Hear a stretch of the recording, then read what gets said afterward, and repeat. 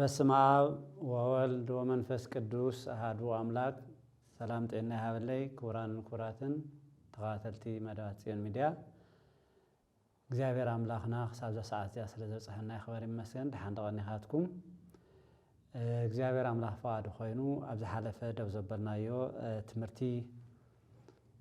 ቅዳሴ ወይ ድማ ጸሎተ ቅዳሴ ሰማያዊ አምልኮ ኣብ ምድሪ ዝብል ተኸታታሊ ትምህርቲ ሒዝና ነርና። ሎም ማዓልቲ ድማ ካብቲ ዝሓለፈ ደው ዘበልናዮ ክንብገስ ኢና። ኣምላኽ ቅዱሳን ንዓይ ዝናገረሉን ኩላትና ነስተውዕለሉ ምስጢር ጥበብ ይግለጸልና እምበር ንምዝኽኻር ዝኣክል ኣብ ዝሓለፈ እንታይ ኢና ርኢና ነርና። ቅዳሴ ቅድሚ ምእታው ህዝቢ ተሰጥኦ ዝቕበለሉ ዜማ መበገሲ ጌርና ምነበሃ እንታይ ማለት እዩ፣ ምነበሃ ቅድስት ቤተ ክርስቲያን እንታይ ማለት እዩ፣ ከምኡ ድማ ንሱ ናይ ሰኑይ ናይ ሰሉስ ናይ ሓሙስ ክኸውን ከሎ ረቡዕ ዓርቢ ቀዳም እንታይ ይበሃል ኢልና መስቀል ኣብርሃ ከዋክብቲ ኢልና ርኢና ነርና። ሰንበት ድማ ኩሉ ዘገብራ ለጽድቅ ጻድቅ ውእቱ እንታይ ማለት እዚ መብርህ እዚ ኢልና ኣብ መዛዘም ዘረአናዮ እዚ ተባሂሉ ተቃጭል እናተኣወጀ ከኣቱ ከሎ ሃሌሉያ እሞ ብእሲ ምእመናን ዝብል ዜማ ዜምኡ ጥራሕ ዘይኮነስ ትርጉሙ ዓብይ መልእኽቲ ከም ዘለዎ ንባዕልና እውን ኣዋጅ ንእውጀሉ ቅዱስ ቁርባን ዘይተቀበለ ሰብ ኣብዚ ደው ከይብል ዝበሃለሉ እዚ ድማ ብሕጊ ሐዋርያት መሰረት ገይሩ ከም ዝተገለጸ ኣብ ጥሪስ ተባሃለ ቁጥር 9 ወይ ድማ አንቀጽ 9 ከም ዝተገለጸ ደው ዝብል ከገልግል ዝኣቱ ቃል መጽሐፍቲ ዘይሰምዕ ነቶም ናይ ቅዳሴ ስርዓት እውን ዘይፍጽም ንሱ ካብ ቤተ ክርስቲያን የውፅእዎ ከም ዝተባሃለ ርኢና ነርና። እሞ ብእሲ ኩሉ ግዜ ይበሃል ዘይበሃለሉ እዋን ግን ኣሎ ብኻሊእ ዝትከአሉ ንሱ ድማ ዘመነ 50 ወይ ከዓ በዓለ ትንሣኤ በዓለ ፋሲካ ካብ ትንሣኤ ጎይታና መድሓኒና ኢየሱስ ክርስቶስ ክሳብ ርደተ መንፈስ ቅዱስ በዓለ 50 ተባሂሉ ዝጽዋዕ ኣብ ዘሎ ግዜ ጠቕላላ እውን 50 መዓልቲ እውን በዓለ 50 ተባሂሉ ይጽዋዕ እዩ። ፍሉይ ናይ ሓጎስ ናይ ደስታ ናይ መንግስቲ ሰማያት ህይወት መዘከርታ ስለ ዝኾነ ስለዚ ኣብዚ በዓለ 50 እዚ ዝበሃል ሓደ ዜማ ኣሎ ካብ ትንሣኤ ጀሚሩ ካብኡ ጀሚሩ ዘሎ ትሕዝቶታት ኣብቲ ውሽጢ ካህን ብዙሕ ግዜ ብደገ ኮይና ዘነስተውዕሎ ዝጽልዮም ጸሎታት ኣለው። ሕፀር ኣቢልና ኣሎ መዓልቲ ክንርኢና ኣምላኽ ቅዱሳን ንኹላትና ምስጢር ጥበብ ይግለጸልና እሞ ሃሌሉያ ኢሉ ይጅምር። እዚ እውን ከምቲ ናይ እሞ ብእሲ ሃሌሉያ ዮሴፍ ወኒቆዲሞስ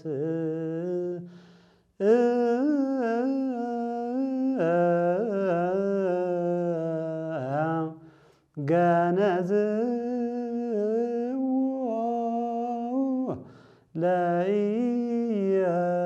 ለኢየሱስ በሰንዶናት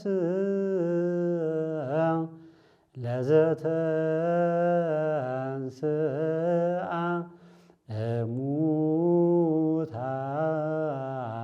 እሙታን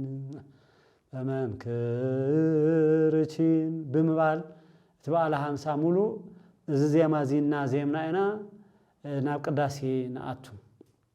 ትርጉሙ ድማ ሃሌሉያ ዝሓለፈውን ኢልናዮ ኢና ምስጋና ንእግዚአብሔር ይኹን፣ እግዚአብሔር ይመስገን፣ ክብሪ ንኣምላኽ ንእግዚአብሔር ይኹን፣ እግዚአብሔር ክቡር እዩ ዝብል ትርጉም ከም ዘለዎ ኮይኑ ዮሴፍን ኒቆዲሞስን ነዚ ብዘደንቕ ጥበብ ካብ ሙታን ዝተሰአ ኢየሱስ ብጻዕዳ በፍታ ገነዝዎ ወይ ድማ ብጻዕዳ ዓለባ ገነዝዎ ዝብል ኣለዎ። ሕዚ እቲ ሕብሽቲ በቀደማ ያልዕልና ነርና ሕብሽቲ ንስጋ ወልደ እግዚአብሔርነት ተዳልዩ ወይኒ ንደም ወልደ እግዚአብሔርነት ወይ ከዓ ንደም ኢየሱስ ክርስቶስ ወልደ እግዚአብሔር ክንብል ከለና ንወልደ ማርያም እውን ወልደ ማርያም ወልደ እግዚአብሔር ኢልና ክልቲኡ ስግው ቃል ኢና ነውግዕ ዘለና። ምናልባት ሓደ ሰባት እዚኣ ሰንጢቆም ወልደ እግዚአብሔር ትብልስታ ብመለኮቱ ዶ ስጋ ኣለዎ ወይ ብመለኮቱ ዶ ደም ኣለዎ እዩ ከይብሉ ብስግኡ ምሳና ብዝተዋሃዶ ስግኡ ደም ኣለዎ ስጋ ስለ ዘለዎ ኢና ነውግዕ ዘለና እሞ እምበር እቲ ዝተገነዘ ስጋ እቲ መለኮት ዘይተፈለዮ ስጋ አማናዊ ስጋ ክርስቶስ ደም ክርስቶስ ንምቅባል ንዳሎ ከም ዘለና ናፍቲ ምድላዋት ንሱ ኢና ኩሎም መንገድታት ንመርሕም እሞ አፍቲ በዓል 50 ኸውን ከሎም ባር እዚ ንቅበሎ ስጋ እዚ ንቅበሎ ደም እዚ እቲ ዮሴፍ ኒቆዲሞስ ዝገነዝዎ ግን ድማ ከዓ ሞይቱ በስቢሱ ዘይቀረ ሙስና መቃብር ስዒሩ ነቲ ሞት እውን ስዒርዎ ኣብ ሳልሳይ መዓልቲ ብፍሉይ ተኣምር ብዘደንቕ ጥበብ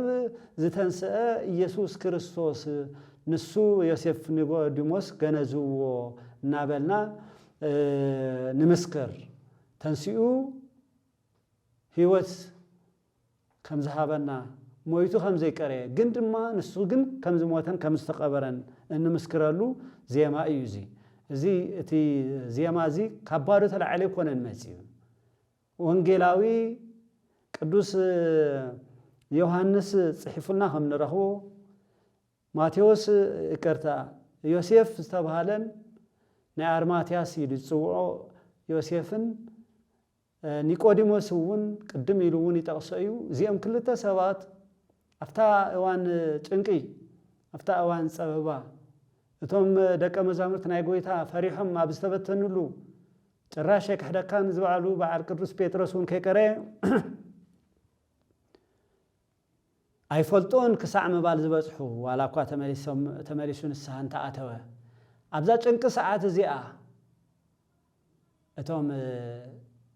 ቅዱሳን ዮሴፍ ኒቆዲሞስ ብዘገርም ድማ ቀዲሞም እኮ ብድፍረት ዘይመላለሱ ዝነበሩ ከምዚ ዝብለና ተቃል ዮሐንስ ወንጌል ምዕራፍ 19 ቁጥር 38 ክሳብ 42 ክንከይድ ከለና ንአይሁድ ብምፍራህ ይብል ቅዱስ ዮሐንስ ክጽሕፈልና ከሎ ንአይሁድ ብምፍራህ ብሕቡእ ናይ ኢየሱስ ደቀ መዝሙር ዝነበረ በዓል አርማትያስ ዮሴፍ ኢሉ ይጽውዖ ንአይሁድ ፈሪሑስ ብሕቡእ ናይ ኢየሱስ ተኸታልን አማንን ደቀ መዝሙርን ዝነበረ እዚ ዮሴፍ ዝበሃል ወዳ አርማትያስ ንሱ ኣብዛ ጭንቂ ሰዓት እዚ ኣይመጽሞ እንታይ ይብል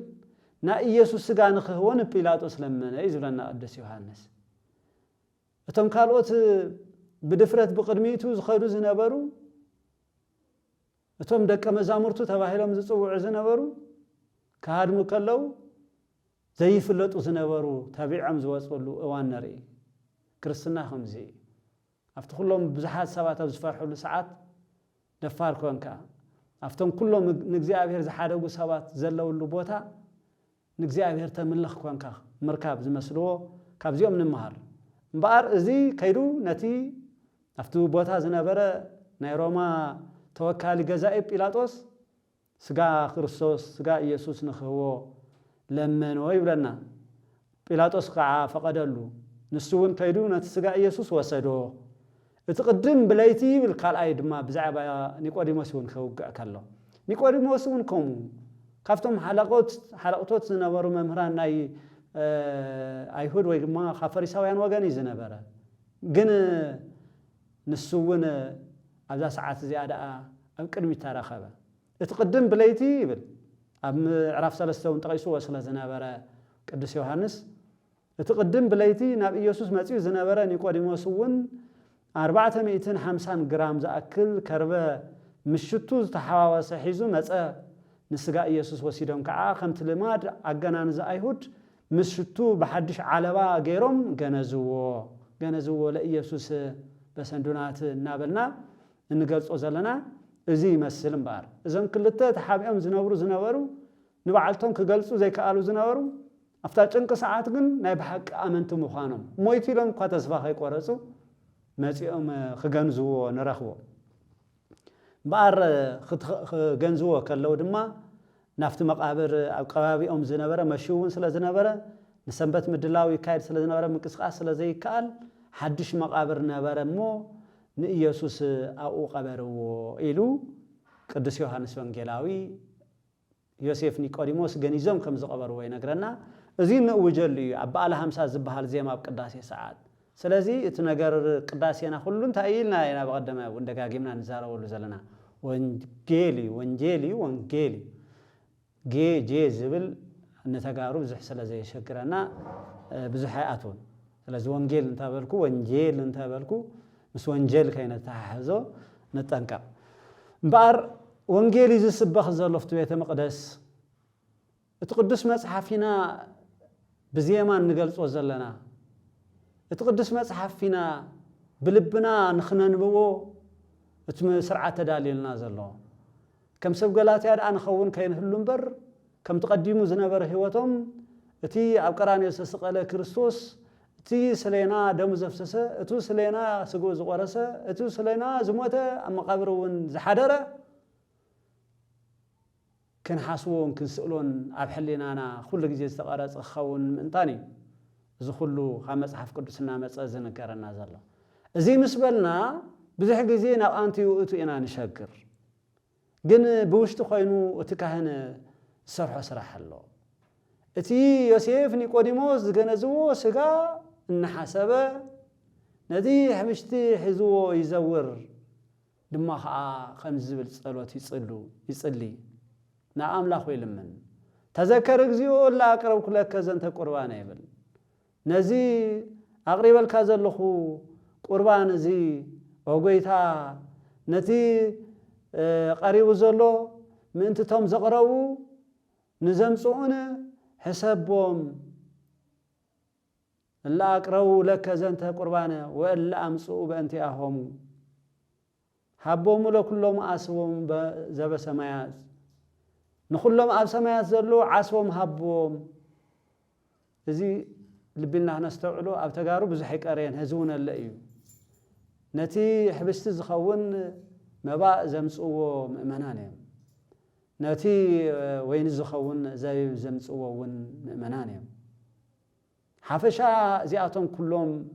ዘምጽኡ ተባሂሎም ተገሊጾም ኣለዉ ኦ ጎይታ ስለዚኦም እናበለ ምጽላይ ዝጀመረሉ እዩ ብፍላይ ድማ ዘቀድሱ ኣለዉ ቅዳሴ ለመዓልትና ተእያ ኣነ ዘቀድስ ኢሎም ወጻእታት ናይቲ ቅዳሴ ኩሉ ሸፊኖም ስእለትና ተባሃለ ጽውዕ ኣለውን ነይሩ ብናይ ቀደም ኣጻዋዓ ስእለት ኣለዎም ወይ ጸበል ኣለዎም ስለዚ ተቅዳሴ መዓልታት ይሕዝዎን ነዛ መዓልቲ እዚኣ ዘቀድሱ ዝበሃሉ ድማ ብፍላይ ኢሉ እዩ ዘምጽኦ ዘሎ ወእለሂ ኣምጽኡ በእንቲኣሆሙ ኣብ ዝብለሉ ቦታ ከም ዝብል እዩ ዘለዎ እላ ኣቅረቡ ለከ ዘንተ ቁርባነ ነዛ ቁርባን እዚኣ ዘቕረቡልካ ወይ ከዓ ንዘምጽአልካ ብፍላይ ውርድ ኢሉ ዝወርዶ ስለ ዘለዎ ወፈድፋደሰ እዩ ዘኸትለሉ እንታይ ይብል ወፈድፋደሰ ለገብርከ ዘኣምጽአ ለከ በዛቲ ዕለት ነቲ ብፍላይ ነዛ ቅዳሴ እዚኣ ከቐድስ ኣለኒ ኢሉ ዝመጸ እዞም ኩሎም ዘምጽኡ መባኣት ዘምጽኡ ከም ዘለዉ ኮይኖም ንንተፈላለዩ ዓይነት ውህብቶ ዘምጽኡ ከም ዘለዉ ኮይኖም ብፍሉይ ግን በዛ ዕለት እዚኣ እዛ መስዋዕት እዚኣ ንኽትቀርብ ዝገበረ ብፍላይ ንዝባርያኻ ነዘገልጋሊኻ እዚ ኢሉ ስም ይጸርሕ እዩ ብዙሕ ግዜ ዝረስዓናዮ ሓደ ነገር ኣሎ ነብሳት ንጸርሕ ኢና ህልዋን ግን ኣስማቶም ስነቶም ጳጳሳት ኢና ንጸውዕ እምበር ወይ ድማ ንመሓደርቲ እውን ዝተለመደ ኣሎ ካብዚኦም ብዝሓለፉ ዘለዉ ግን እቀቦ ኢልና ብዙሕ ግዜ ንጽውዐን ኢና እቲ ቅዳሴ ስርዓትና ግን ከምኡ ይሰርዕ እዩ ነዚ ዕለት ቅዳሴ ዘቀድሱ ኣስማቶም ተጸዊዑ ሰብ ሓዳር እንተኾይኖም እውን ምስ ስድሮኦም ምስ ደቆም ሓልውዎም እናተባሃለ ክጽለየሎም ስርዓት ቅዳሴና የርእየና ወፈድፋደሰ ለገብርከ ዘኣምጽአ ለከ በዛቲ ዕለት ተወከፎ ሃቤከ በበከመ ተወከፍከ ኢሉ ምስ ካልኦት መስዋዕቲ የራኽቦ ስለዚ እቲ በዓል ስእለት እንብሎ ወይ ከዓ ነቲ ዘቀድስ ዘሎ ስሙ ተጸዊዑ ከም ተዝበልኮ ሰም ሓዳር ተኾይኖም እውን ናይቲ ሰብኣይ ገብርከ ናይታ ሰበይቲ ኣመትከ እናተባሃለ ናይቶም ህፃናት ደቃቶም እውን ሽማት ይጽራሕ እዩ ኣብ ማእኸል ዓዲ ወይ ድማ ኣብ ኢትዮጵያ ክንከይድ ከለና ኣነ ብዙሕ ግዜ ተመልኪተ ኢኹም ቱ ጾም ኣርባዓ ዓብይ ጾም ክኸውን ከሎ ዘቀድሱ በብመዓልቲ ዝሕዝዎ ኣለዉ ንኡ ግን ስሞም ይህቡ ስለዚ ዝዓረፉ ነፍሳት እንተኾይኖም መሃሮም እዩ ዝበሃል መሓሮም እዩ ነፍሶም ዝበሃል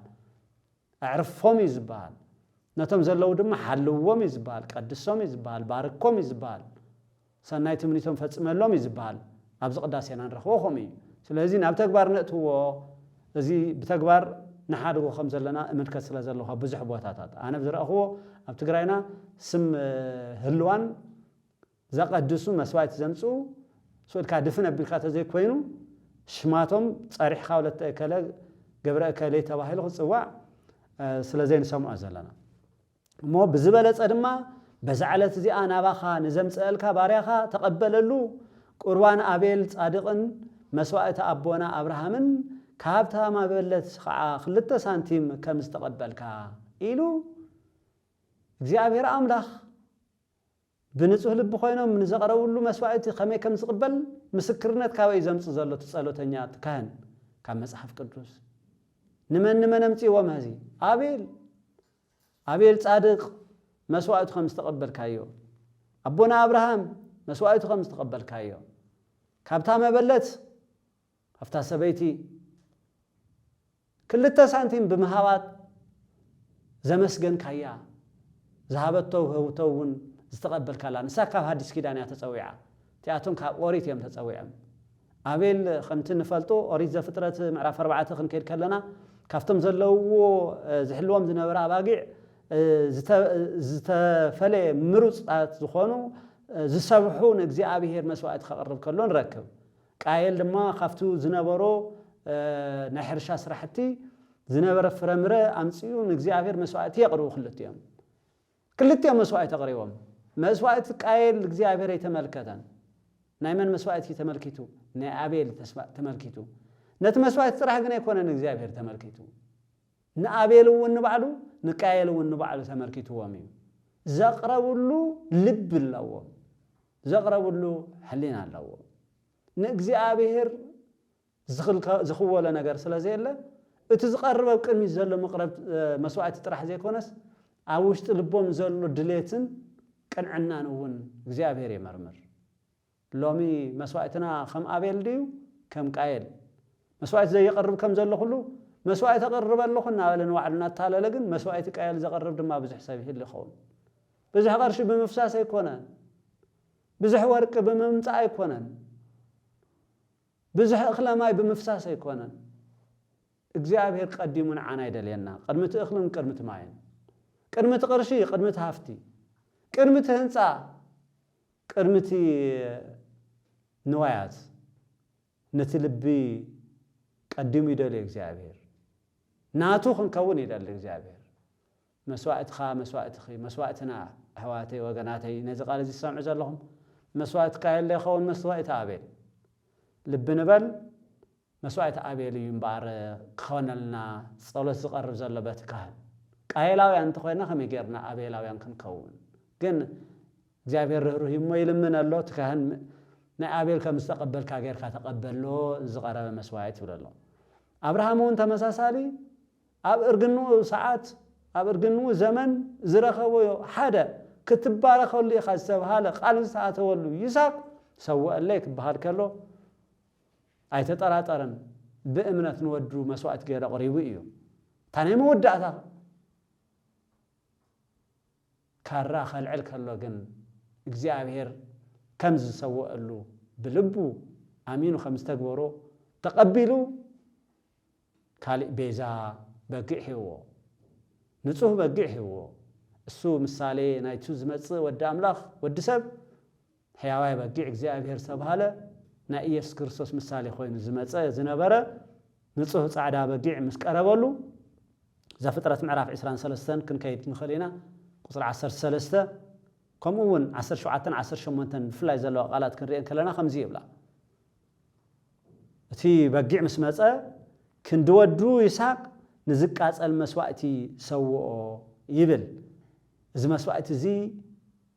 ኣብ ቅድሚ እግዚአብሔር ብሩኽ ነበረ ኣብ ቅድሚ እግዚአብሔር ቅቡል ነበረ ስለዝኾነ ድማ ቁጽሪ 17 ክንከይድ ከለና ፈጺመ ክባረኸካ እየ እዩ ዝብሎ እግዚአብሔር ትበረኸቱስ ሙሉእ በረከት እዩ ፈጺመ ክባረኸካ እየ ይብሎ ናይ አብርሃም መስዋዕቲ ነዚ ዝመስል ነይሩ ፈጺሙ እግዚአብሔር ዝባረኸሉ ሙሉእ በረከት ዝርከበሉ ንዘርእኻ ድማ ከም ከዋኽብቲ ሰማይን ከም ክቲ ኣብ ገምገም ባሕሪ ዘሎ ሕፃን ከብዝሖ እየ ኢሉ أبينو أبراهام أبسقاوي زرو طرحي ترفن قال يسل السماع خادم ما زبل الله أهزاو كلها من درب زرخا كبارخو يوم إذا بركات زي بسقا خاون زول لدو طرحي كونن نتوم هزب طرحي كونن نتوم أهزاو زخون بركات بزرع أبراهام زمسا كاب زرع أبراهام استرخبت قدس الإنجيل ماريام السولادة أبزعلت زيا ميمة أنقرم استوهالت بقدمها هنا العلاقة لنا خندي السبتيا خندي تقرم يا استوهالت قداسي ساعات مسوائد خوين زقرب كل جزء حدش مسوائدنا خوين زقرب يسوع كريستوس كاب زرع أبراهام سلازمت أيو عالم كل مستبارخة نا أبراهام مسوائدين بعلو خوينو نهزبن أحزاب نسترف مسوائدنا يرو كم زي مسوائد زيجير كاتقبل لنا يبلت كان نايتا ما بلت استوهالت أدخل بإمنتها بوهبتها استمسجن التاريخ بين رخوان تبعنا ماركوس وانجيل معرف عصر تخلته قطر 40 حدا نخس 40 سلسلة زلوا تاريخ كنا نوان خلينا مدايم مسوات نير مدايم مسوات مالت جزء زي فلت سب وهبته ناب إجزاء كركاس بيت خرسيان قرشنا تولو ما قمت قرشي ويد ما مسوات كتب كلها تقبلوا له مقبله مالتي زخوانا إجزاء زخون وهو تختوسر كلها مقبلي أو قرشنا أتوا نيرهم قويت هذا ما يكهتلهم نير عب زمن قويت مرهني على يسوع كريستوس تفتح أمة أكباريزي وتم سبات أبتمو دايم مسوات كم يجيرون جنزة وكم زأتو يرقنا براي بالمو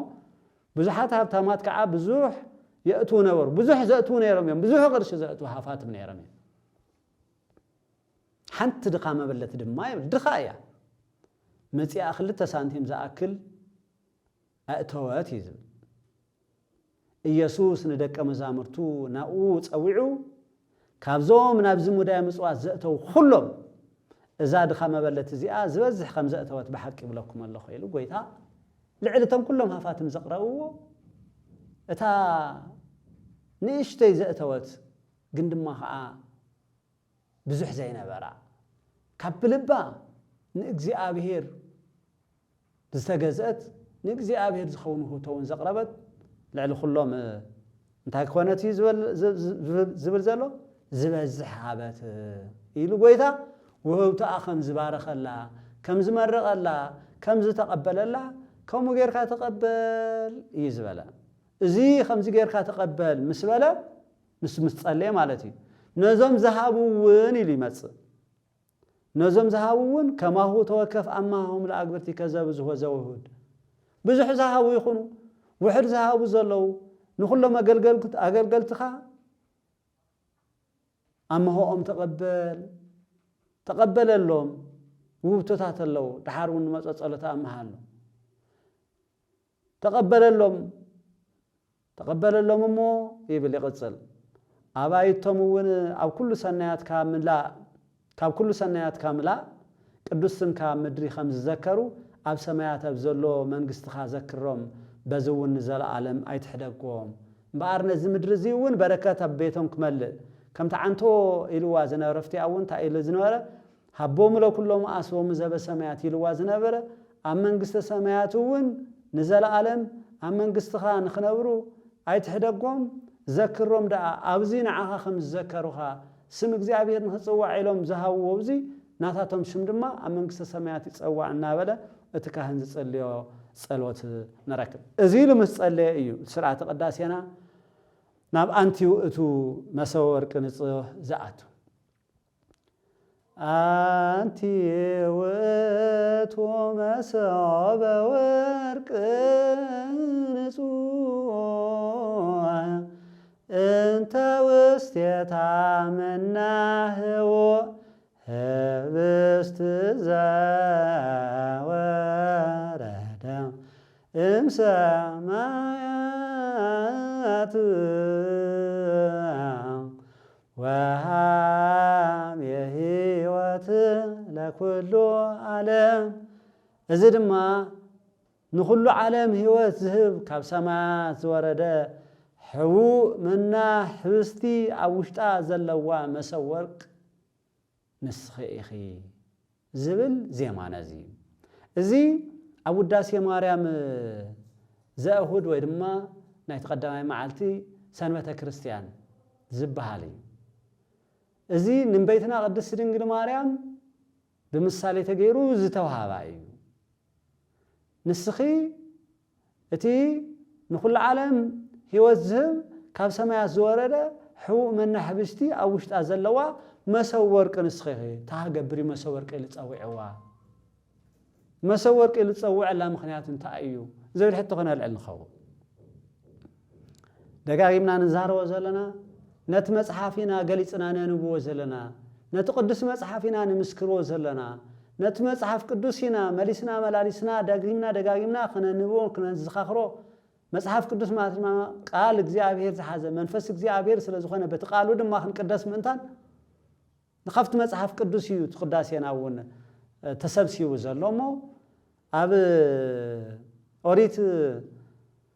ዘጻአት ምዕራፍ 16 ቁጥር 32 ክሳብ 34 ዘሎ ንሙሴ ዝተዋሃበ ሓደ ሕግ ነይሩ ብዛዕባ ቤተ መቅደስ ኣብ ውሽጢ ታ ቤተ መቅደስ ድማ ታ ድንኳን ተንቀሳቀሲት ቤተ መቅደስ ያ ዝነበረት ኣብዚ ውሽጢ እዚ ክትቅመጥ ዘለዋ ታቦት ነይራ afta ታቦት ውሽጢ ውን ቱ 10 ተዛዛዝ ዘለዎ ጽላት ቅመጥ ነይሩ ኣብዚ ከባቢ እዚ ዝቅመጡ ግን ካልኦት ነገራት ነይሩ ካብኣቶም ሓደ ህዝበ እስራኤል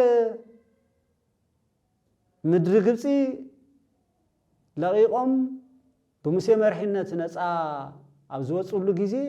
ኣብ ምድረ በዳ ክሞቱ ክጠፉ ስለዝነበሩ ጥሜት ከይጥፎም ኣምላኽ መና እናወረደ ዝጥዕም ከም ጻዕዳ ቅጫ ማዓሪ ዝብሎ ዝጥዕም መና እናወረደ ይመግቦም ነበር እግዚአብሔር እዚ መና እናወረደ ይመግቦም ከም ዝነበረ ድሓር ንዝመጹ ውልድ ወለዶም እንታን ትምህርቲ ክኸውን ዓዶም ኣትዮም ናይ ምድሪ ምግቢ ምምጋብ ምስ ጀመሩ ናይቲ እግዚአብሔር ኢድ ስራሕ ከይርስዑ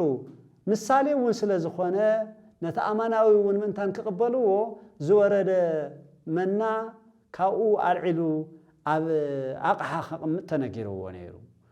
ከምዚ ዝብል ቃል ነራክብ ሙሴ እግዚአብሔር ንሙሴ እዩ ዝኣዘዘ መጀመርያ ካብ ግብጺ ይብሎ እግዚአብሔር እቲ ካብ ግብጺ ይኸውፀአኩም እንተለኹ ኣብ ምድረ በዳ ዝመገብኩም እንጀራ ምእንቲ ክሪኡስ ካብቲ መና ሓደ ምሸ መለኢኹም ንውሉድ ወለዶኹም ዕቆርዎ ኢሉ ኣዚዙ እዩ በሎም ሙሴ እግዚአብሔር ዝኣዘዞም ይዝናገር ዘሎ ምሸ ማለት መለክዒ ዘይትፈልጡ ሰባት መለክዒ ዓቀን ባህላዊ ዓቀን ማለት እዩ ስለዚ ሓደ ምሸ ዝኸውን ካብቲ መና ኣቅምጡ ኢሉ ስለዚ ኣዘዞም ንውሉድ ወለዶ ክሪኡዎ ናይ እግዚአብሔር ስራሕ ናይ እግዚአብሔር ምሕረት ናይ እግዚአብሔር መግቦት ንኽርድኡ ሙሴ ድማ አሮን ስለዝኾነቱ ሊቀ ካህናት ኣፍቲ ውሽጢ ኣትዩ ዘገልግል ንኣሮን ከም ዝበሎ ኣቕሓ ምፂኻ ሓደ ጎመር መና ውሰድ ንውሉድ ወለዶ ክዕቆር ከዓ ኣብ ቅድሚ እግዚአብሔር ኣንብሮ በሎ ይብል ኣቕሓ ዝተባሃለ ብዚ እንታይ እዩ እቲ መና ዝተቐመጠሉ ኣቕሓ እንታይ እዩ እንትንብል ከለና መምህር ሐዲስ ቅዱስ ጳውሎስ ንሰብ ዕብራውያን ነዛ ቅድስተ ቅዱሳን እዚኣ ታናይ ዝሓለፈ ቅድስተ ቅዱሳን እታ ምድራዊት ቅድስተ ቅዱሳን ምስታ ሰማያዊት ቤተ መቅደስ ምስቲ ሓዲስ መስዋእቲ ከራኽቦም ክጅምር ከሎ ኣብ ዕብራውያን መልእኽቱ ምዕራፍ 9 ቁጽሪ 3-4 ከም ዝኽብሎም ንረኽቦ ኣብቲ ውሽጢ ቅድስተ ቅዱሳን ዝቕመጡ ነገራት ከም ዝነበሩ ካብኣቶም መጋረጃ ከም ዝነበረ ካብቲ መጋረጃ ቀፂላ ዘላ ድማ ሓንቲ ክፍሊ ከም ዘላ ንሳ ድማ ቅድስተ ቅዱሳን ከም ትበሃል ኣፍታ ውሽጢ እታ ቅድስተ ቅዱሳን ዝነበሩ ድማ እዚኦም ከም ዝነበሩ ብወርቂ ዝተሰርሐ ማዕጠንት ብኩሉ ወገኑ ብወርቂ ዝተለበጠ ታቦት ኪዳን ኢሉ ይጽውዖ ታቦት ኪዳን ነበረ ኣብ ውሽጣ መና ዝሓዘት መሰብ ወርቅን ዝጠጣዐት በትረ ኣሮንን ጽላት ኪዳንን ዝሓዘት ነበረት ኢሉ ድማ ክገልጻ ከሎ ኣብዛ ውሽጢ እዚኣ መና ዝሓዘት እንታይ ነይራ ይብለና ኣሎ መሰብ ወርቅ ነይራ ታቕሓ ኢሉ ዝገለጻ ቅዱስ ነቢይ ሙሴ ኣብታ ቅሓ እቲ መና ክቕመጥ ዝኣዘዘ ኣብ ቅድሚ እግዚአብሔር ኢሉ ገሊጹ ወፍቲ ኣብዚ ድማ እዩ ኣሮን ድማ ከምታ ዝተባሃላ ኣሮን ከዓ ከምቲ እግዚአብሔር ንሙሴ ዝኣዘዞ እትመና ክዕቆር ኣብ ቅድሚ እቲ ምስክር ናይ ኪዳን ታቦት ኣንበሮ ይብል ኣብ ቅድሚ እቲ ምስክር ናይ ኪዳን ታቦት ኣንበሮ ይብል ኣብቲ አንተ ወዘነብናይ ዘጻት ምዕራፍ 16 ቁጥር 34 እምበኣር ኣብ ቅድሚ ምስክር ናይ ኪዳን ታቦት ዝነበረት ኣቕሓንታ እያ ተባሂላስ መሰብ ወርቂ እያ እንታይ ሒዛ ነይራ መና ሒዛ ነይራ እዛ መሰብ ወርቂ እዚኣ መና ሒዛ ዝነበረት ንዓኺ ትመስል ወይ ድማ በኣኽን ምስለኪ ምሳሌ እዩ ንሳ ክትምስል ከላ ንስኺ ግን ኢሉ ዘምጾ ዘሎ ማለት እዩ ንስኺ ግን ናብዚ ንስኺ ግን ክንኣት ከለና ብዛዕባ ትመና እስቲ ጎይታ መድኃኔ ዓለም ክርስቶስ እንታይ ኢሉ ምስ ባዕሉ ከመይ ገይሩ ነጻጺርዎ ዮሐንስ ወንጌል ምዕራፍ 6 ቁጥር 49 ክሳብ 51 ዘሎ እስቲ ነንብቦ ብዛዕባ እቲ ነቲ ኣቶም ዝተዋሃበ መና ውሉድ ውለዶ ክፈልጥዎ ክርድእዎ ዝተኣዘዘ መናን ብዛዕባ እቲ ድሓር ዝመጸ ሰማያዊ ህይወት ዝህብ መና ብዛዕባ እቲ ዘዜምናሉ ሰማይ ሰንጢቁ ንምድሪ ኩሉ ንኽባርኽ ዝወረደ ህብስቲ ዘወረደ ሰማያት ወሃቢ ህይወት ለኩሉ ዓለም ዝተባሃለ ንኩሉ ዓለም ህይወት ኣፍታ ሰዓት ዝነበሩ ሰባት ጥራሕ እዩ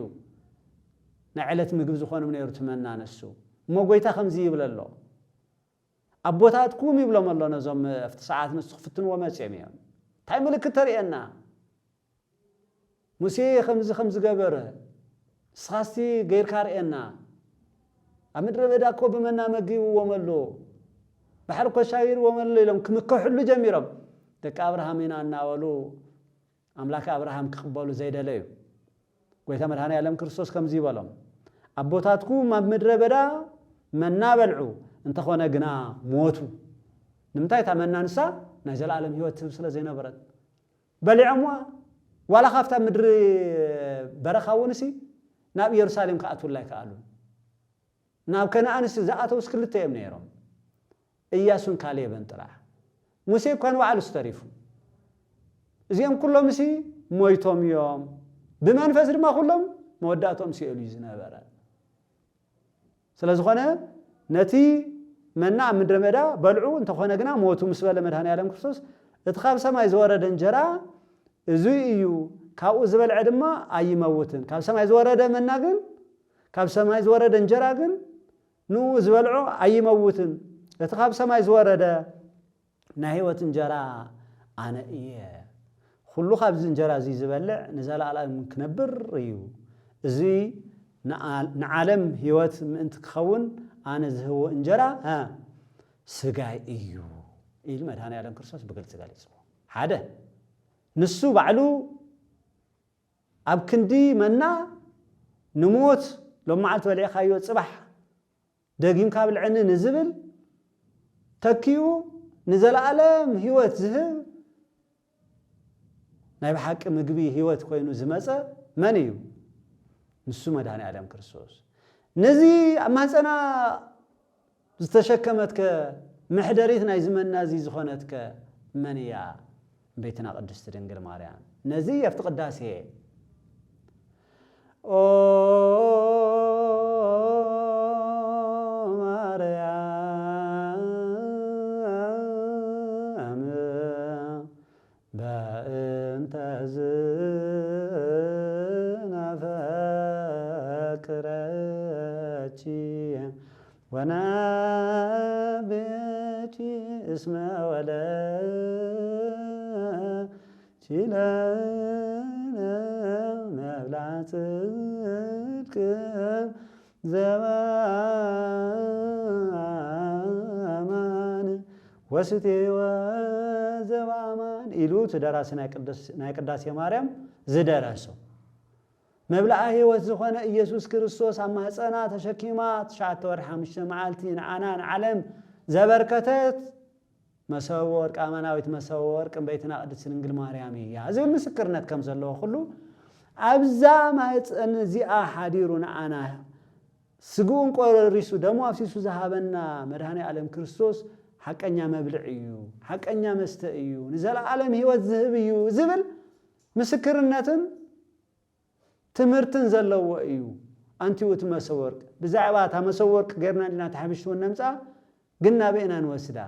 نافت أماناوي سقا نافت أماناوي دم كريستوس لبنا هنقبر كاب سماي زواردا مخانو نسو أبز مدر بزتسرح دا نملكة تنبر المسينا أفت بعلو بوتو زلوا أماناوي دم كريستوس أماناوي سقا كريستوسنا مخان زلوات مخانو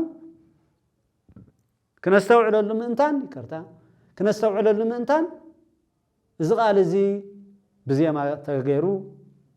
تسارع لنا نرخوه أنتي وتمساور قلنا بار نزمر له مخنيات إذا قدس كان إذا خور دمن زي هيوت ذهبنا مخاوننا فلتنا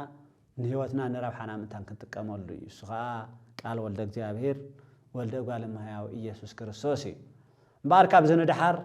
اتكهان بوشت زغبرو ነገር له هزون نتي سغان سخم يوسف نيقوديموس ناغنزو مست كهن كالاي كهننا خونه زسرحهم سرحتات لو اتم صلي صلوتاتنا نذكرنا نخير زلنا خمزي يبل حاسسكو غصك غص زياك حاسس እግዚኦ ወይትምት ገጸከ ምንኔ ታይ ማለት እዚ ኦጎይታ ገጽ ካደለሁ ናትካ ገጽ ደለለሁሞ ገጽካ ካባይ ትመልሰለይ ተቆጥዕካ ድማ ካባሪያኻ አይትፈለ ረዳእ ኹነኒ አይትግድፈኒ አምላኸይን መድሓኒየይን ኻሞ ሸለለይ ትበለኒ ልመነኡ ክንደየና ይጥዕም ምዃኑ እዚ ቀጥታ ምስ መዝሙር 27 قصر 9 زلو صلوت تراخبه بعد نسو كم زبلنا نركب مزمور 27 قصر 9 غصكا خباي تصور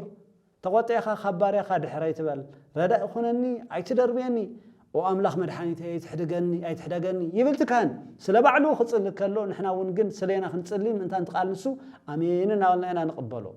امين ناولنا خنقبل من انتاني دما استوعل ود حوي نابلا أواج زوجلنا زبلنا يفتنا مجمرة خنات خلنا خنرق كلنا بار إذا سألته زي كسل كله يغسل تكهن هذا قالات الله خبر زبلا قالات تسمعنا ينكونا بروك እግዚአብሔርና ዝብሊና نحنا ብዙ ጊዜ ነሰምዖ ተካህን በር ቀዲሙ خبሎ ዝብሎ አለ ቡሽቲ ብለሆሳስ ወይ ድማ ድምጹ ትሕት አቢሉ ወይ نحنا بزيما አንቲኡት እናበልና ከለና ዝብሎም ስለዝኾኑ በር አውሎጊዮስ ጄሪዮስ ኢየሱስ ክርስቶስ ወልደ እግዚአብሔር ያው አጊዮስ ማንጦን ፓንዋ ማንጦን አላቲኖን በአማን አሜን ይዝብል እንታይ ይዝብል ዘሎ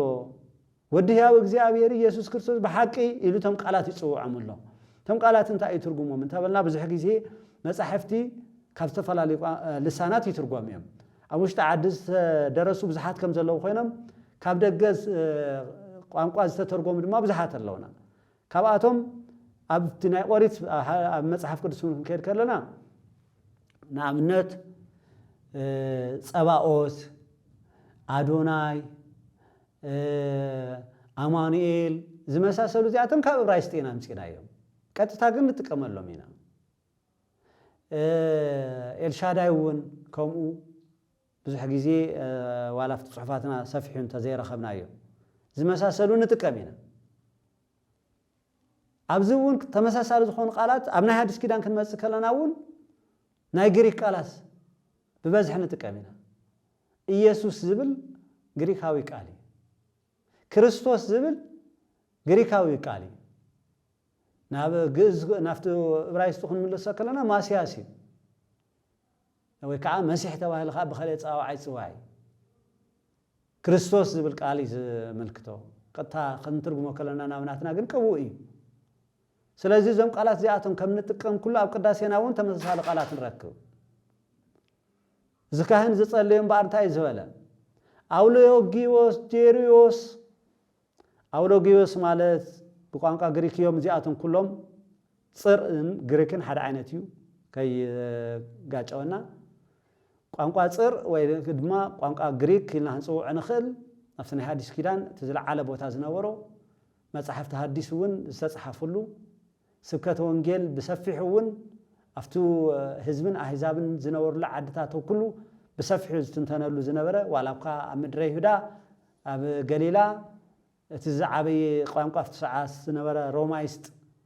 አራማይክ ይቅርታ አራማይክ ይኹን እምበር ናይ መንግስቲ ቋንቋ ግን ተቀድም ኢላ ትገዝእ ዝነበረት ግሪክ زسفحفحتو قانقوا سلا زنبره تو رومايست جنا አይጠንከረን ነይሩ ናይ ሮማውያን ቋንቋሞ ትናይ ግሪክ ቋንቋ ብስፍሓት አፍተኸባቢ ዝነገር ዝነበረ ተም ስብከተ ወንጌል ዝኻይደሉን ከምዩ ኣብ ዓድና ዝመጹ ብዙሓት ድማ ተም ቅድም ኢሎም ዝመጹ ካፍቲ ምብራቅ አካል ናይ ሮማ ስለ ዝነበሩ ናይ ግሪክ ቋንቋ ዝሓዚኦም ካብ ብፁ አቡነ ሰላማ ከሳቴ ብርሃን ጀሚርና ታሪኾም ክንትርኾም ከለና ስለዚህ ቶም ቅዳሴያት ምስ ግሪክ ዝተሓዘ ቃላት ሒዞም ይመጽዮም እሞ አውሎጊዮስ ማለት ክብሪ ዝግቦ ብሩኽ ማለት እዩ ብሩኽ ማለት እዩ አውሎጊዮስ ጌሩዮስ ድማ እግዚአብሔር ቃል እግዚአብሔር አምላኽ ከም ማለት እዩ ስለዚህ አውሎጊዮስ ጌሩዮስ ዝብዘሎ ብሩኽ አምላኽ ኢየሱስ ክርስቶስ ማለት እዩ ብሩኽ አምላኽ ኢሉ አውሎጊዮስ ጌሩዮስ በሓደ ብሩኽ አምላኽ ኢየሱስ ክርስቶስ ወልደ እግዚአብሔር ያው ኢሉ ይቀጽሉ አለ ማለት እዩ ወልደ እግዚአብሔር ያው ዝብል ክርስቶስ ወልደ እግዚአብሔር ያው ዝብል ቃል ቅዱስ ጴጥሮስ ወንዩ አንተ ወት ክርስቶስ ወልደ እግዚአብሔር ያው ኢሉ ዝጸውዖ ስለዝኾነ አንተ ኮክ ተባሂሉ ዝተመስገናሉ እዩ አጊዮስ ዝብል ቃል ንረክብ እዚውን ቅዱስ ፍሉይ ከማለት እዩ ናይ ግሪክ ማንጦን እዚውን ከምኡ ዝተተሓሓዙ ቃላት ዘለዎ ኮይኑ ቅዱስ እዩ እዚውን ፓንማንጦን ክብል ከለውን ተመሳሳልነት ዘለዎም እዮም ዚኣቶም ቅዱስ ፍሉይ ክቡር ልዑል አላትዮን ንጹህ ዝብል ቃል ኣለዎ አላትዮን ንጹህ ቅዱስ ክቡር እዚኦም ኩሎም ንመን ይዝህቦ ዘሎ ነቲ ኣብ ማህፀን ድንግል ዝሓደረ ወይ ከዓ ሕብስቲ ኮይኑ ነዛ ዓለም ኩሉ ናይ ዘላለም ህይወት ምግብ ክብ ዝመፀ ንመን ንመድኃኔ ዓለም ክርስቶስ ንስኻ ወዲ ሕያው እግዚአብሔር በሐቂ ዝተባረኽካ አምላኽ ልዕሊ ቅዱሳን ቅዱስ ንጹህ አምላክ አማልክቲ ኢኻ እናበልካ መምስጋን እዩ ዝኸውን ዘሎ ማለት እዩ እዚ ምስጋና እዚ ካብዚ ንዓቐብ ወንጌል እንታይ ኣለዎ ካብዚ ንዓቐብ ስብከት እንታይ ኣለዎ ካብዚ ንዓቐብ ሰማያዊ አምልኾ እንታይ ኣለዎ ናይቶም መላእክቲ እውን ኮፍቲ ራእይ ዮሐንስ ክንከይድ ከለና ንረኽቦም እዚኣቶም እዮም ዝተሓረድካ በጊዕ ዝሰዓርካ ሰዓራይ ንስኻ ኢኻ ልዕሊ ኩሉ ኢኻ ቅዱስ ቅዱስ ቅዱስ እናበሉ ደይኮኑ እዮም ዘመስግንዎ ሕያውን ዘለዓለም እናበሉ ደይኮኑ ዘመስግንዎ ንሱ እዩ እዚ ንረኽቦ ዘለና ይቕፅል ሕዚ እውን ብትእምርተ መስቀል እናባረኸ ነቲ ሕብሽቲ ክርስቶስ አምላክና እናበለ ይቕፅል ዘበአማን እተ በየማንከ ወባርክ በእዴከ ወቀድስ በኃይልከ ወአጽንዕ በመንፈስከ ዝንቱ ህብስት ይኩን ለስርያተ ኃጢአተ ህዝብከ አሜን ታይ ማለት እዚ እዚ ካብ መጀመሪያ ክንጅምሮ ከለና ክርስቶስ አምላክና እዚ ህብስት እዚ ንስርየት ኃጢአት ህዝብኻ ምእንቲ ክኸውን በሐቂ በየማንካ ዕተብ ባርኽ ማለት እዩ ብኢድካ እውን ባርኽ በኃይልካ ቀድስ بمنفسك أصنع إذا حبست زين سريت حاتيات حزبك يخون قبل كله آمين نهزبي آمين نايتمن وباي كونن نايتم تقبلتي آمين كن وليز قبأنا آمين انتي مالتي آمين هو بحقي حدا نقر كوينو يخون لنا أخال أي نقر أب امنت أب هيمانت خون كله آمين بس ما وولد وانفس قدوس أحدو أملاك انتي لكو آمين كتبل تخليها قن بزح جزي بس ما وولد وانفس قدوس أحدو أملاك لنا أمون قنأت ونقر خنزازم كلنا دما محراتن بركاتنا اجزاهم مسكولاتنا يخون كبهار كله دما آمين النبلو لمخنيات انتايو يقبر لنا يفتسم لنا يخون لنا الكاتم نتكات قلصلي ስለዚህ ይኹን አሜን ይገበረልና እናበልካ ዝምላሰሉ መልስ ምዃኑ ኣብዚ ንርኢ ኣለና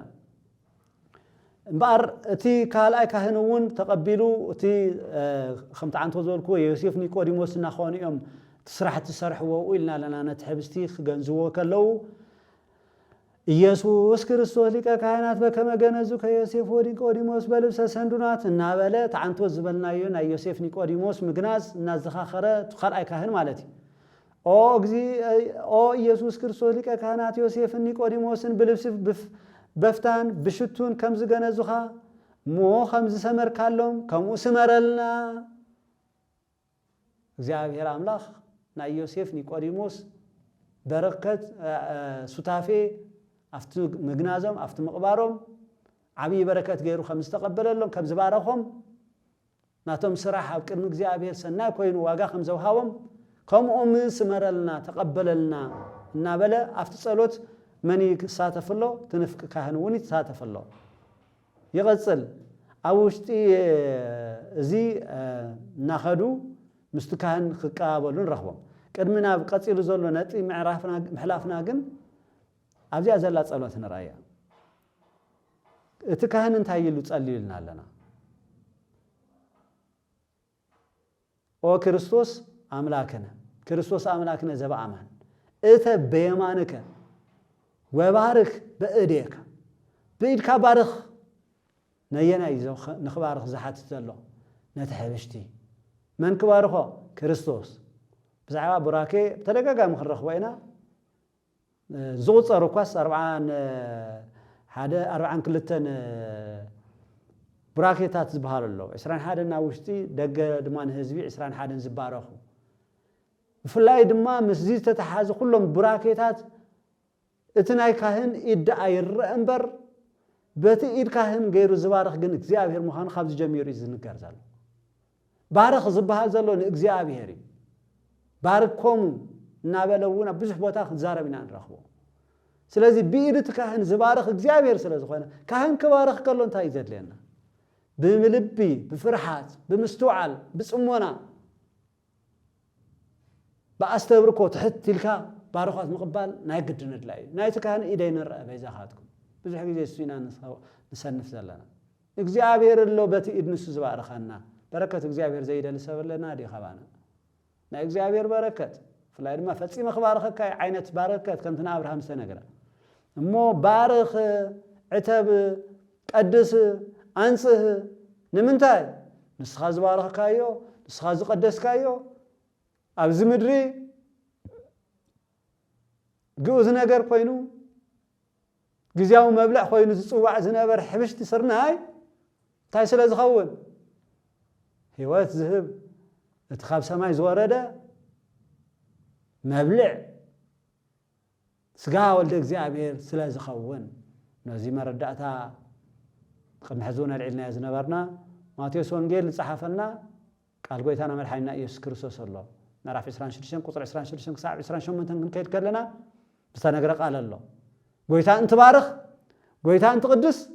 اتحبشتي تصوا قطتا نامتا يغير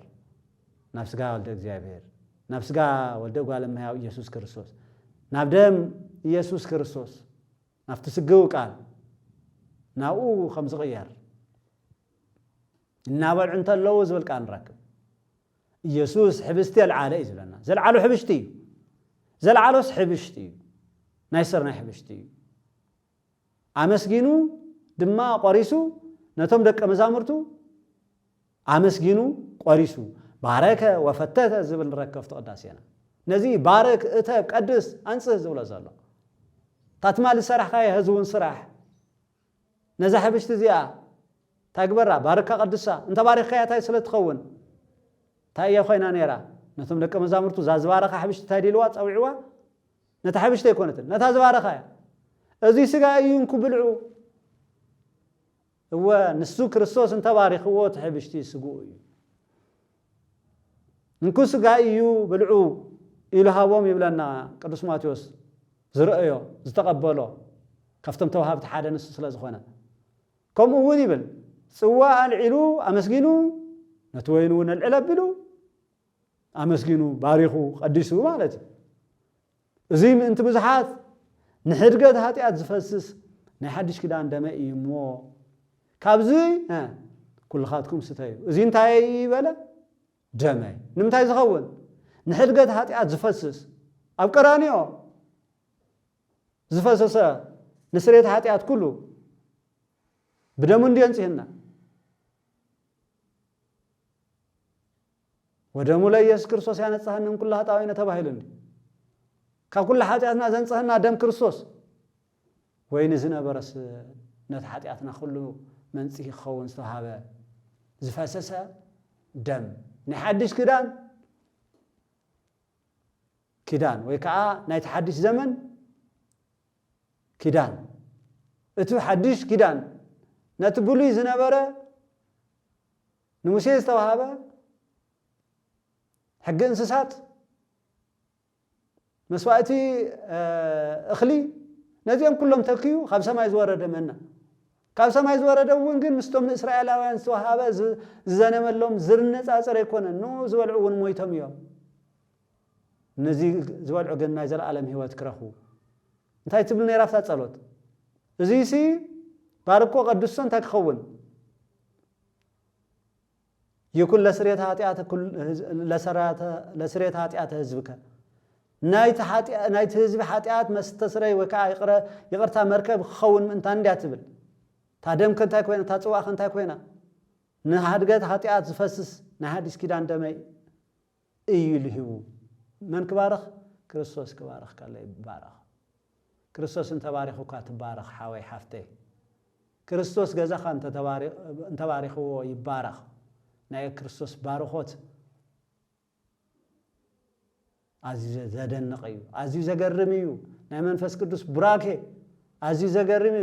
نخمون بار ميمطن زبلنا تكانون كابزي بلا ابجي نستوعل زلنا لبخن وزلنا ناي كريستوسنا نبل كريستيانينا نبل كابزي كل خاتكم ستايو كلا تستا كلا يستاي تبعنا كل خاتكم ستاينا تبعنا زي ست زي بلع انت اللي خابزي يوصع استبال المخنياتون كلاتنا خنساتهم كقبلون سلازلنا يمو زي صلوت زي كمزينا بلا يو زقصل قصيلهم زقصلو صلوتات الله سوينا قلطفنا نحالفو منا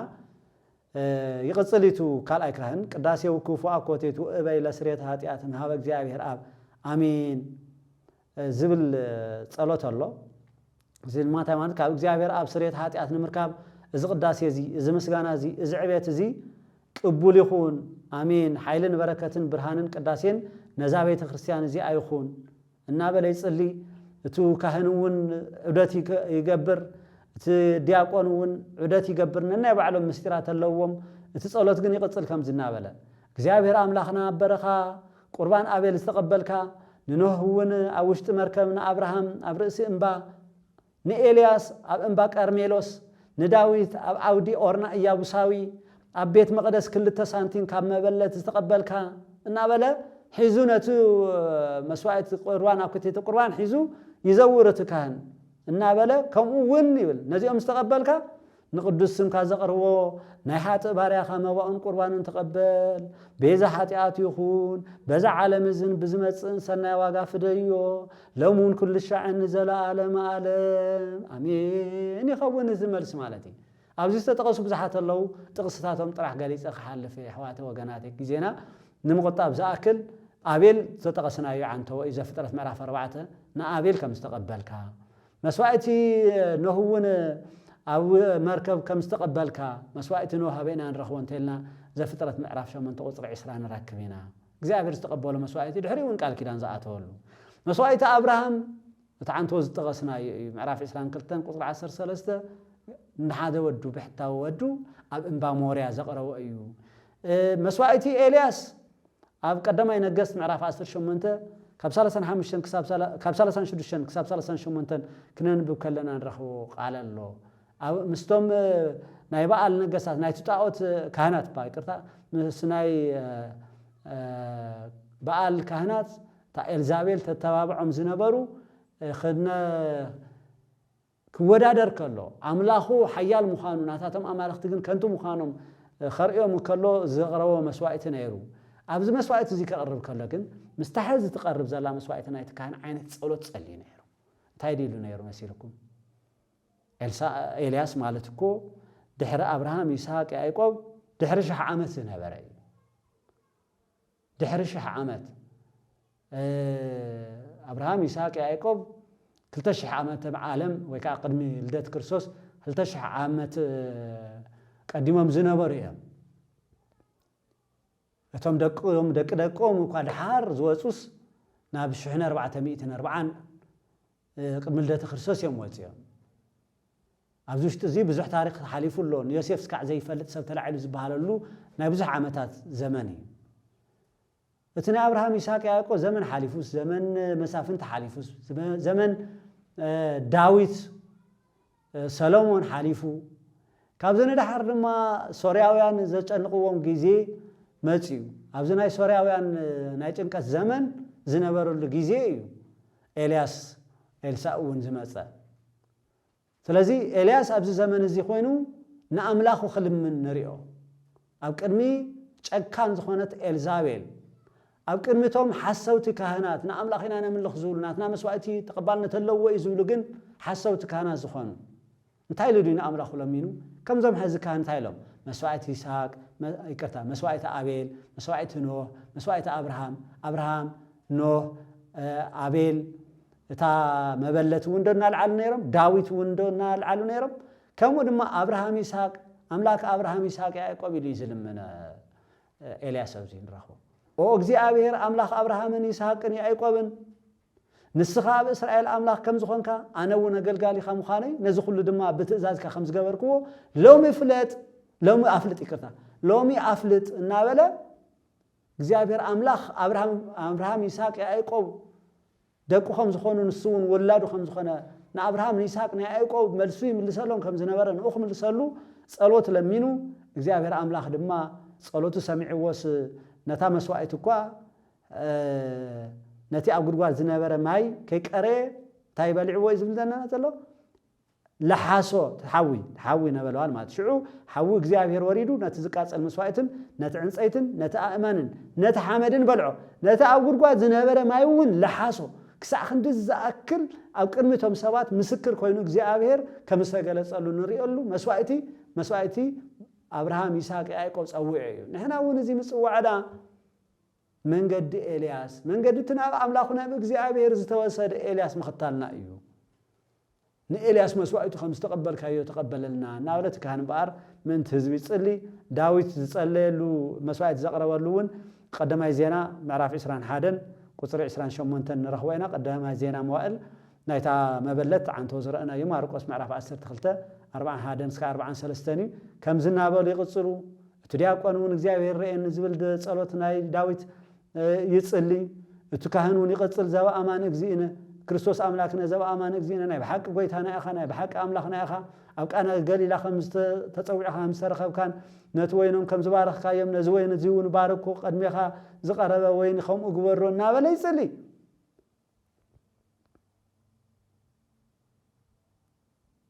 ይقصل ምስጋናና አብን ወልድ መንፈስ ቅዱስና ሃበ ወርድ እንትብል ከሎ ድማ እቱ ብራኬ ባርኽ ደና ብለ ነይሩ ብሩክ እግዚአብሔር አብ ሀዜ ኩሉ ዓለም አምላክነ እዚ ታይ ማለት እዩ ኩሉ ዝሓዘ አምላክና እግዚአብሔር ብሩክ እዩ ኢሉ ብራኬ ቅዱስና ናይቲ ልዑል አምላክና ናይ እግዚአብሔር እንትዛረብ ከሎ ግን ብኢዱ ገይሩ ነቲ ህብስትነት ወይንን ይባርኽ እግዚአብሔር ብኢዱ ተካህን ድማ ትብሩክ ዝኾነ እግዚአብሔር ይባርኾ ይቅድሶ እዚ ማለት እዩ ንሕና ክንታይ ንብል አሜን ብሩክ እግዚአብሔር አብ ሀዜ ኩሉ ዓለም አምላክነ ወብሩክ ወልድ ዋህድ እግዚእነ ኢየሱስ ክርስቶስ ተወልደ ማርያም ቅድስት ድንግል መድኃኒተ ዚአነ ወይ ድማ ወብሩክ ወልድ ዋህድ እግዚእነ ኢየሱስ ክርስቶስ መድኃኒነ ክብል ከሎ አሜን ወብሩክ መንፈስ ቅዱስ ጳራቅሊጦስ መጽንዒ ወመንጽሔ ለኩልነ ወመንጽሔ ኩልነ ክብል ከሎ ቆሙ አሜን እናበልና ብዛዕባ እግዚአብሔር ቅዱስነት ናይ እግዚአብሔር ቅዳሴውን ኣብ ልዕለና ቅድስና ወይ ድማ መቅዳስ ቅድሶት ባርኾት ኣብ ልዕለና ከም ዝመጽእ አሜን ይኹነልና እናበልናውን ናይ እግዚአብሔር ብሩኽነትን ናይ እግዚአብሔር ቅዱስነትን እናመስገና ቅዳሴና ነጅምሮ ቀጽሉ ናብ ዘሎ ጸሎትን ምስጋናን ምስክርነትን ቅድሚ ምሽግጋርና ነዛለም መዓልቲ ዘዳለና ያ ኣብዚኣ ንዛዝማ አምላክ ቅዱሳን አምላክ አብርሃም ይስሐቅ ያዕቆብ አምላክ አቤል አምላክ ኖህ አምላክቶም ቅዱሳን ሰማዕታት አምላክቶም ቅዱሳን ሐዋርያት ጸሎትና ቅዳሴና ኣብዛ ዓድና ንዘሎ መከራ ዘርሕቕ ኣብዛ ዓድና ዘሎ ዘጨንቕ ነገር ኩሉ ዘጥፍእ መስዋዕት እቶም ቅዱሳን ገይሩ ይቀበለልና ከም ኃጢአትና ብዝሓት ዘይኮነ ከም ምሕረቱ ብዝሓት ይባርኸና ቅዳሴና ክንዲዛእክል ልዑል እዩ ቅዳሴና ክንዲዛእክል ወንጌል ዝስበኸሉ እዩ ቅዳሴና ክንድዝኣክል ምስ ሰማይ ዘለዉ ቅዱሳን ዝሓውሰና እዩ ስለዝነበረና ሰዓት ኣምላኽ ቅዱሳን ይኽበር ይመስገን ወስብሐት ለእግዚአብሔር